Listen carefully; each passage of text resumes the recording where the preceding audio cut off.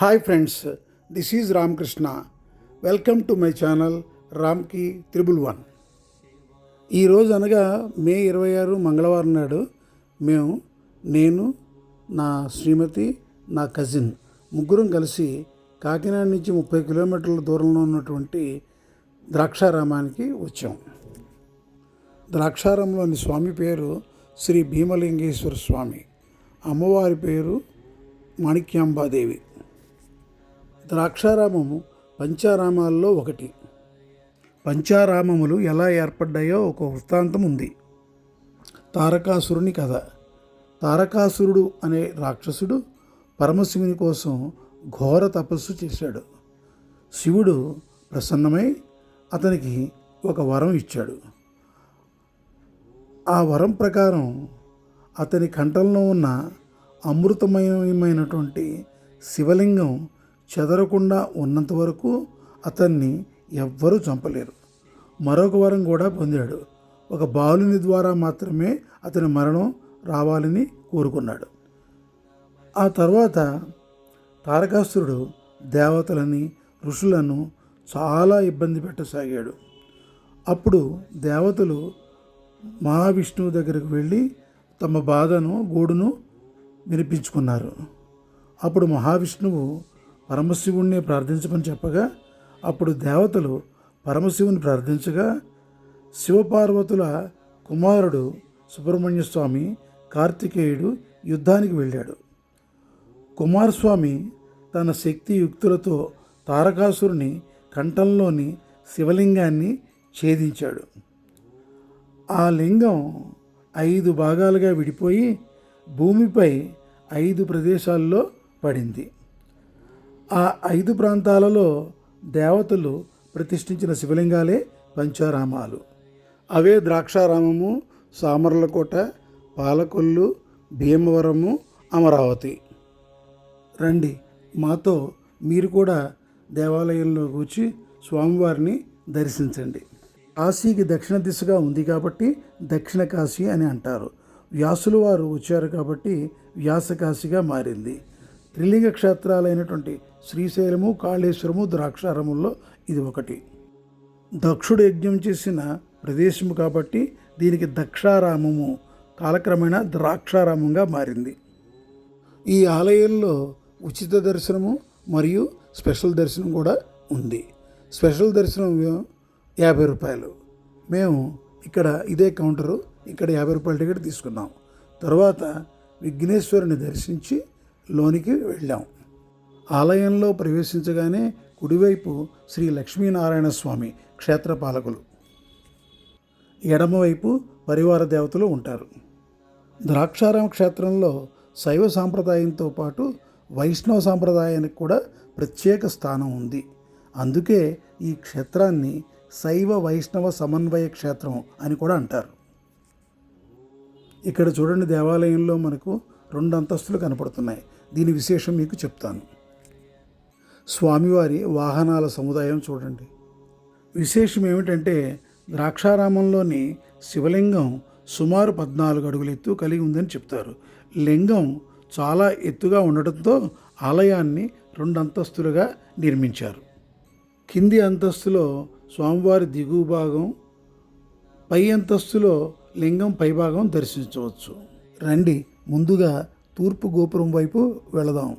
ఎందుకంటే తూర్పు గోపురం వైపే మనకి నందీశ్వరులు ఉన్నారు. ఇదే తూర్పు గోపురం.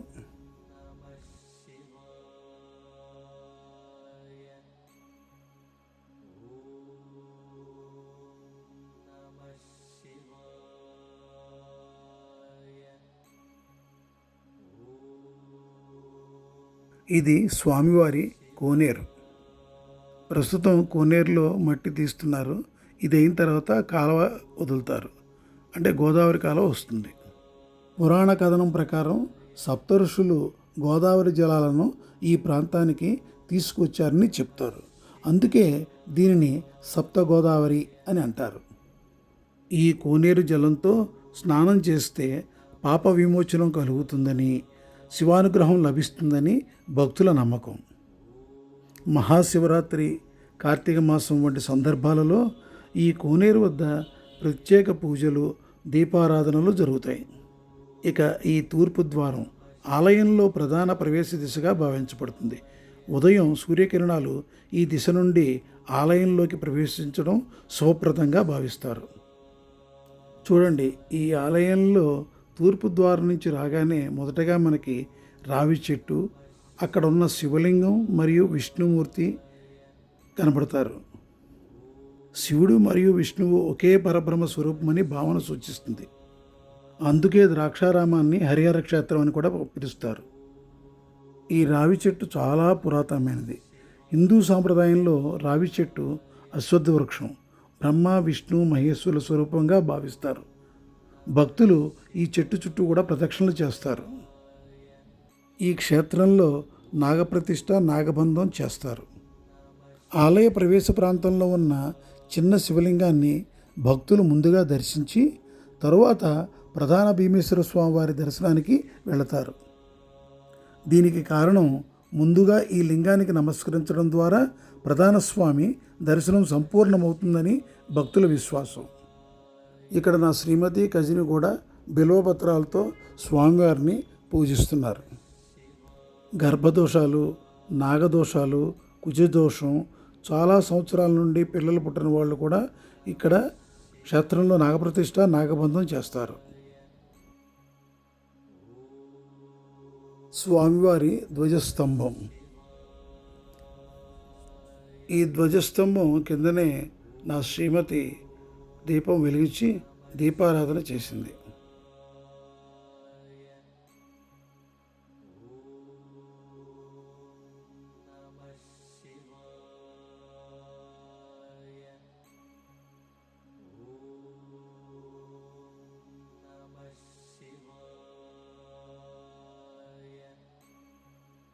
ఆ తర్వాత చూడండి, ధ్వజస్తంభం, తర్వాత తులసి కోట, ఆ తర్వాత నందీశ్వరులు. ఇక్కడ చూడండి, మీరు నందీశ్వరుని జాగ్రత్తగా మనం పరిశీలిస్తే ఆ చిరు గంటలు అసలు ఎలా చెక్కారు చూశారు కదా. నిజంగా నందీశ్వరుడు జీవంతో ఉందా అన్నట్లుగా ఉంటుంది. ఆ చెవులు అన్నీ కూడా చాలా చాలా అద్భుతంగా ఉంటుందండి. నంది పరిశీలించి మనం చూడాలి. ఈ కొమ్ములు గుండా మనం స్ట్రైట్గా చూస్తే స్వామివారి కింద అంతస్తులో ఉన్నటువంటి పాదాలు కనిపిస్తాయి. దర్శనం చేసుకుని నమస్కరించండి. ఇక్కడ నా శ్రీమతి నందీశ్వరుని చెవిలో రహస్యంగా ఏదో కోరిక కోరుతుంది. రండి, ముందుగా మనం పై అంతస్తులో లింగం పైభాగం దర్శిద్దాం. తరువాత కింద అంతస్తులో స్వామివారి దిగు భాగం దర్శనం చేద్దాం. పూర్తి లింగ దర్శనం చేసుకోవాలంటే ఈ 2 అంతస్తుల్లోనికి మనం వెళ్లాల్సిందే. ఇది ద్రాక్షారామ ఆలయానికి ప్రత్యేకమైన నిర్మాణ వైశిష్టం. ఈ స్వామివారి విశిష్టత గురించి బ్రహ్మశ్రీ చాగంటి కోటేశ్వరరావు మాటల్లోనే వినండి. వ్యాస భగవానుడు 300 మంది శిష్యులతో కలిసి దక్షారామ క్షేత్రానికి బయలుదేరుస్తున్నాడు. మధ్యలో అగస్త్య మహర్షి కనబడ్డాడు. అగస్త్య మహర్షితో మాట్లాడుతూ దక్షారామ క్షేత్రం గురించి పార్వతీదేవి ఏమని చెప్పిందో చెప్పాడు. క్షేత్రములన్నిటిలోకి గొప్పది ఏది అంటే కాశీక్షేత్రం. ఆ కాశీక్షేత్రం కన్నా గొప్ప క్షేత్రం ఈ భూమండలం మీద ఏదో తెలుసా? ఒక్క దక్షారామమే. ఈ పట్టణానికి వెడితే ఒక్క మోక్షం గురించి మాత్రమే వెళ్ళాలి. కానీ దక్షారామ క్షేత్రానికి ఉన్నటువంటి గొప్పతనం ఏమిటంటే అసలు దక్షారామ క్షేత్రంలో మోక్షానికి మోక్షము లభిస్తుంది. అలాగే అక్కడ విశేషమైనటువంటి భోగానికి కూడా అదే క్షేత్రం. అందుకే ఇప్పటికీ పెద్దలు ఒక మాట చెప్తారు, అర్థ సంబంధమైనటువంటి సమస్యలు ఉంటే, ఏదైనా ఐశ్వర్య సంబంధమైనటువంటి సమస్య ఉంటే దక్షారామ క్షేత్రానికి వెళ్ళి భీమనాథుణ్ణి సేవించండి అంటారు. అక్కడికి వెళ్ళి భీమనాథుణ్ణి సేవించిన, భీమనాథుణ్ణి నోరు విప్పి ఏదైనా కోరిక కోరినా ఆయన తీర్చకపోవడం అనేటటువంటిది ఉండదు. మాతో పాటు మీరు కూడా స్వామివారిని దర్శించండి, కోరికలు కోరుకోండి. ప్రత్యక్షంగా స్వామివారిని కూడా ఒకసారి వచ్చి దర్శించండి. ఇప్పుడు క్రింది అంతస్తులో స్వామివారి దిగువ భాగం దర్శనం చేద్దాం. దీనిని చీకటి కోణం అంటారు. చూడండి, ఇక్కడ మేము స్వామివారి చుట్టూ ప్రదక్షిణలు చేస్తున్నాము.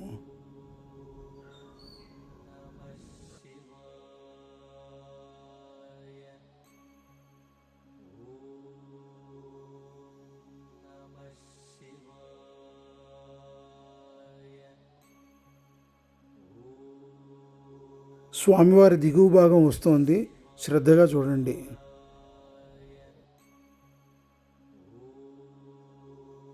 ఇదే దిగువ భాగం.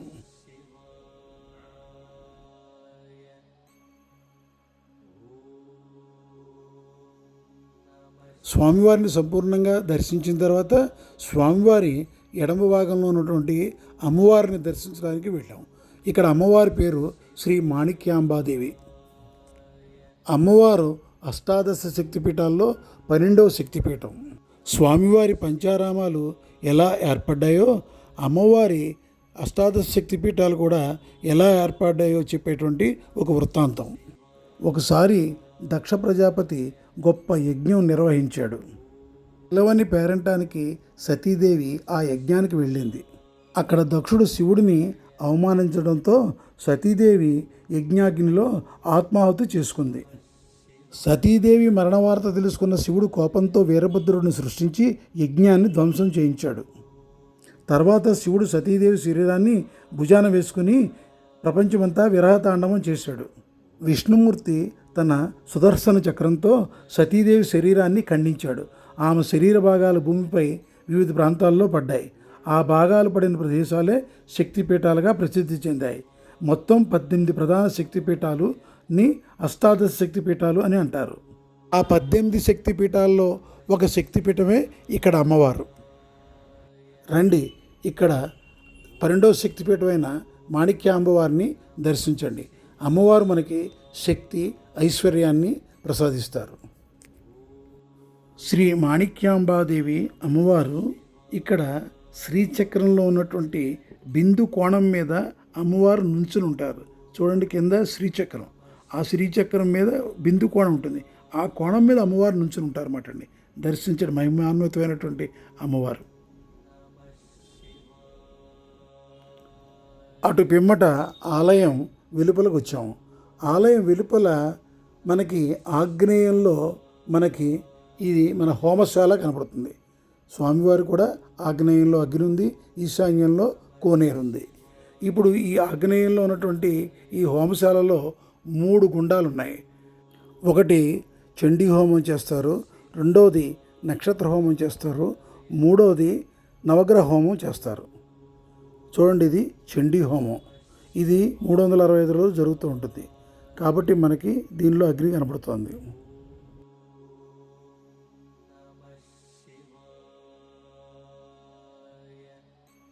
ఆ తరువాత ఆలయానికి ఈశాన్యంలో ఉన్నటువంటి కాలభైరవ స్వామిని దర్శించడానికి బయలుదేరి వెళ్ళాం. ఇదే కాలభైరవ స్వామి దేవాలయం. ఇక్కడ అష్టభైరవులు కూడా ఉన్నారు. ఈయనే శ్రీ శ్రీ శ్రీ కాలభైరవ స్వామి వారు. కాలభైరవ స్వామి వారిని దర్శిస్తే సంతానం లేని వారికి సంతానం కలుగుతుందని భక్తుల విశ్వాసం. మగపిల్లలు పుడితే బూర్ల దండ, ఆడపిల్లలు పుడితే గారెల దండ వచ్చి భక్తులు వేస్తారు. తరువాత మేము ఆలయానికి ఉత్తర గోపురం వద్ద ఉన్నటువంటి వాయులింగం మరియు సోమవార మండపం చూడడానికి బయలుదేరాము. ఇక్కడ వాయులింగానికి నేను, నా శ్రీమతి, నా కజిన్ ముగ్గురం కూడా అభిషేకించి తర్వాత బిల్వపత్రార్చన చేశాం. నమస్తే అస్తు భగవన్ విశ్వేశ్వరాయ మహాదేవాయ త్ర్యంబకాయ త్రిపురాంతకాయ త్రికాగ్నికాలాయ కాలాగ్నిరుద్రాయ నీలకంఠాయ మృత్యుంజయాయ సర్వేశ్వరాయ సదాశివాయ శ్రీమన్మహాదేవాయ నమః. నమస్తే అస్తు భగవన్ విశ్వేశ్వరాయ మహాదేవాయ త్ర్యంబకాయ త్రిపురాంతకాయ త్రికాగ్నికాలాయ కాలాగ్నిరుద్రాయ నీలకంఠాయ మృత్యుంజయాయ సర్వేశ్వరాయ సదాశివాయ శ్రీమన్మహాదేవాయ నమః. చూడండి, ఈ మండపం ఎంత అందంగా అద్భుతంగా ఉందో. దీనిని సోమవార మండపం అంటారు. చూడండి, ఇక్కడ ఈ మండపంలోనే మొన్నటి వరకు కూడా అన్న వితరణ జరిగేది. ఇప్పుడు ఇది సరిపోకపోవడం వల్ల పక్కన బిల్డింగ్ కట్టి అక్కడికి మార్చారు.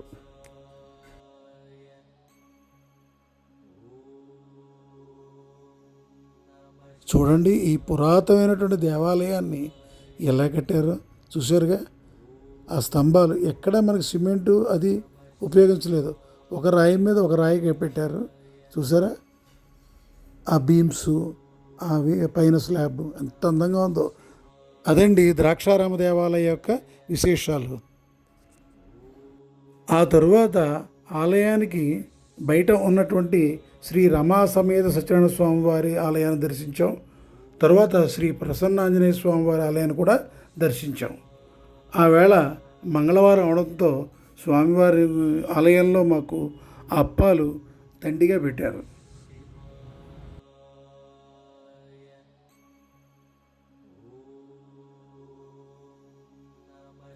మీరు కూడా స్వామివారి ఆశీస్సులు తీసుకోండి. ఇదండి మన ద్రాక్షారామ ఆలయ విశేషాలు. ఈ వీడియో మీకు నచ్చినట్లయితే కనుక తప్పకుండా లైక్ చేసి, షేర్ చేసి, సబ్స్క్రైబ్ చేసుకోండి. భూత విగ్రహామరాధీశ్వర అగణిత గుణగణ అమృత శివ సాంబ సదా శివ సాంబ సదా శివ సాంబ సదా శివ సాంబ శివ.